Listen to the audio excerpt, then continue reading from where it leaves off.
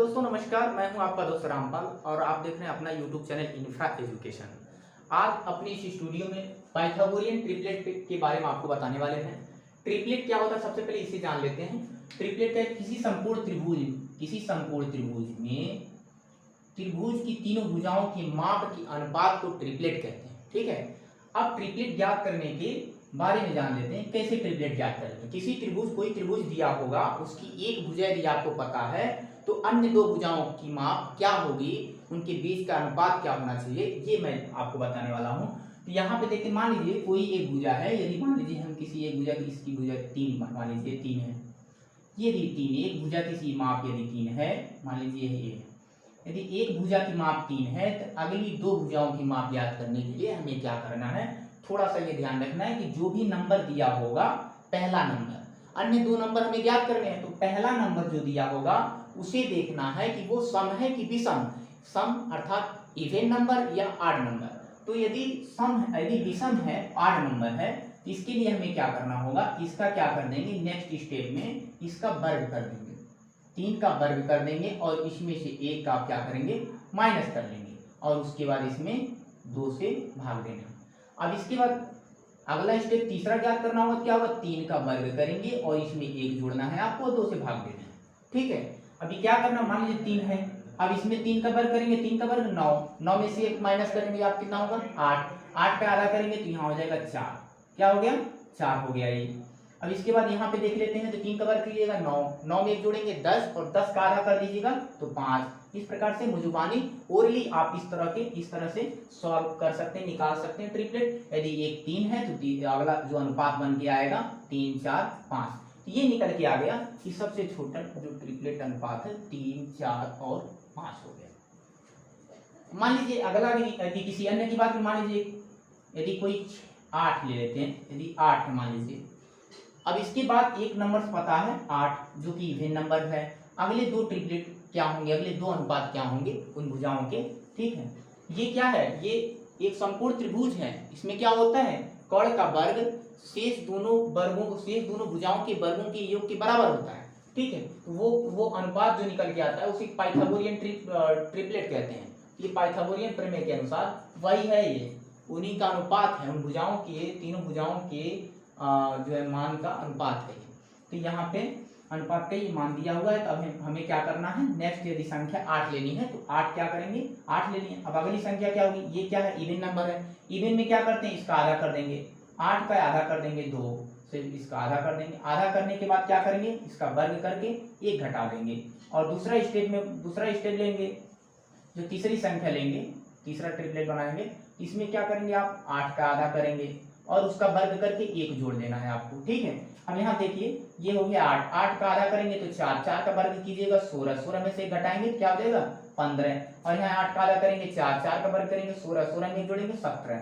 तो ट्रिपलेट निकल के आया 8 15 और 17, क्या हो गया 8 15 और 17। इस प्रकार से आप ट्रिपलेट निकाल करके उसे याद कर सकते हैं। मान लीजिए हम 5 ले लेते हैं, मान लीजिए 3 ले लिए हैं, 5 भी ले सकते हैं।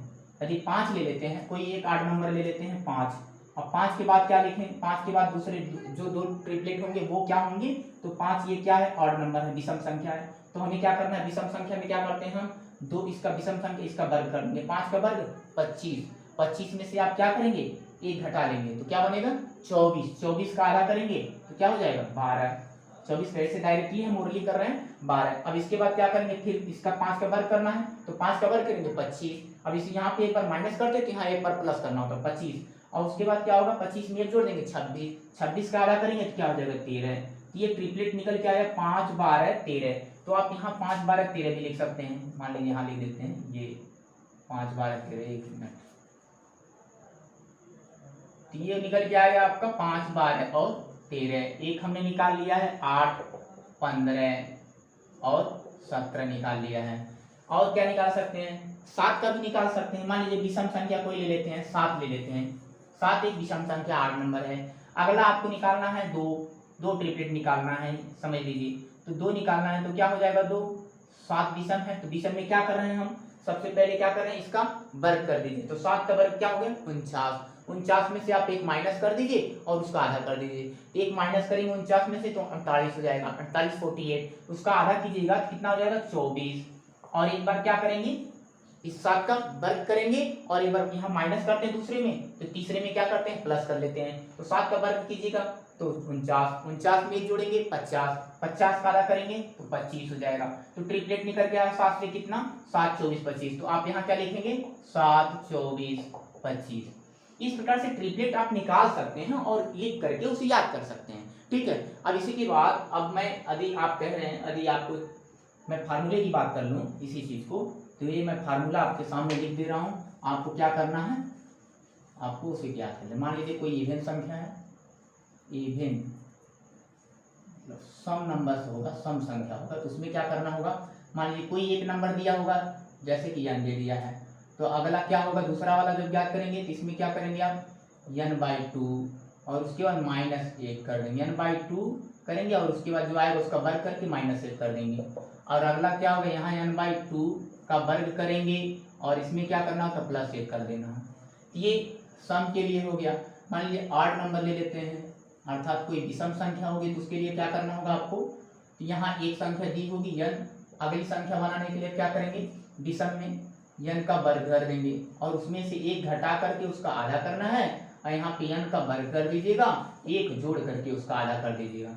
तो इस प्रकार से क्या निकल के आया, ये विषम के लिए आपका है और ये क्या है, ये सम के लिए है।